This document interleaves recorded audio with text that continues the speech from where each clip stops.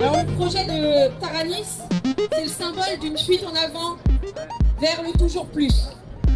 Extraire toujours plus de métaux, produire toujours plus, faire toujours plus de profit.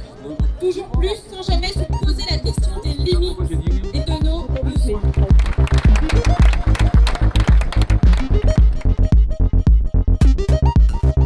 On se retrouve ici pour que la population puisse exprimer son désaccord sur 3 projets miniers qui relancent les projets miniers dans l'Ouest et qui concernent plus de 800 km² et une quarantaine de communes de Lorient jusqu'au port d'Angers. Le projet de Taranis, c'est 20 communes et 360 km², et les 3 projets, c'est plus de 800 km² et 43 communes. Donc on est 2 co-organisateurs, le collectif qui se mobilise contre le projet de Taranis, Stop Taranis, et OI Rivière de Bretagne, mais sont avec nous ici des élus, des parlementaires, des propriétaires forestiers, des agriculteurs et de nombreux citoyens. Donc c'est vraiment tout le territoire qui se mobilise. Ce projet mortifère est un projet complètement spéculatif de la part de Braise Ressources, qui est une start-up créée à Lorient, et la maison mère Orania Resources Canada, dont le PDG est Kees Baron. Ce projet qui a été déposé il y a maintenant 2 ans sur le site du ministère de l'Industrie se fait en catimini, avec en effet une demande du préfet absolument pas connu qui est sur le projet lorsqu'il a adressé les courriers en effet aux maires concernés par le projet. L'objectif affiché, c'est d'obtenir la possibilité d'avoir ces permis miniers, d'explorer pour ensuite les revendre à ce qu'on appelle une major qui pourra permettre ensuite d'exploiter. Mettre le doigt dans l'exploration, c'est mettre les 2 pieds dans l'exploitation.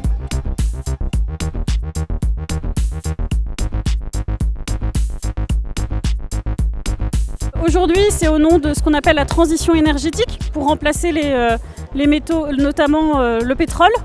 Il n'y a jamais eu de transition, en fait, on a toujours accumulé de nouveaux matériaux. D'abord, on utilisait le bois et après, on arrive avec le pétrole. Et aujourd'hui, on rajoute par-dessus les métaux, mais on n'a pas effacé le bois. On consomme d'ailleurs plus de bois aujourd'hui que dans le passé. Une mine a besoin d'énormément d'eau pour fonctionner.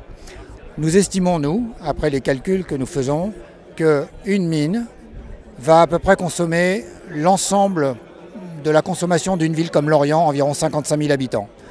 Le périmètre aujourd'hui de Taranis représente 35 000 habitants. Cela veut dire qu'une mine consommera 1,5 fois la consommation d'eau de toute la population locale.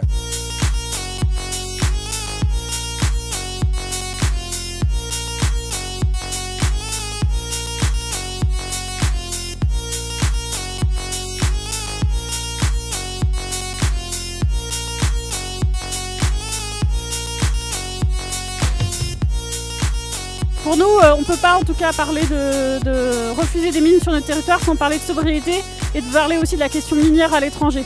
On ne peut pas ne pas regarder le problème de manière globale, mais pour nous la responsabilité, c'est une responsabilité collective, notamment au niveau de nos États. Et tant que nos États ne mettront pas en place des règles pour développer la sobriété et se passer de tous ces métaux, on n'y arrivera pas. Ce que nous on condamne, c'est qu'en fait c'est pas facile de faire sans. Aujourd'hui, c'est très difficile de faire réparer son portable quand il est cassé. Ça coûte beaucoup moins cher d'en acheter un nouveau. Et ça, c'est totalement incohérent. Alors les politiques, on se demande bien où est-ce qu'ils sont en effet. Il y en a certains qui sont avec nous aujourd'hui et on est très contents. Notamment, on a des parlementaires qui ont fait remonter la problématique minière au niveau du Parlement. Et ça, pour nous, c'est important que ce soit porté à cet état-là.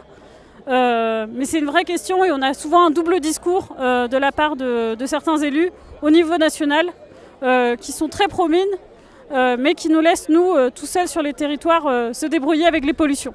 Une fois que la mine est arrêtée, la pollution continue.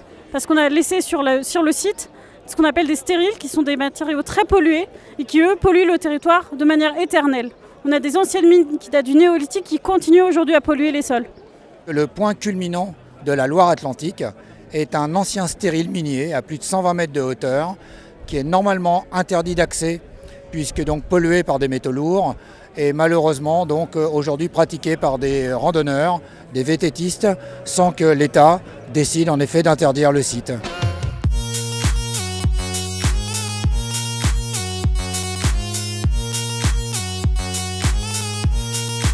pouvez retrouver toutes les infos sur notre site à ouirivière.org ou sur le site du collectif local stoptaranis.org.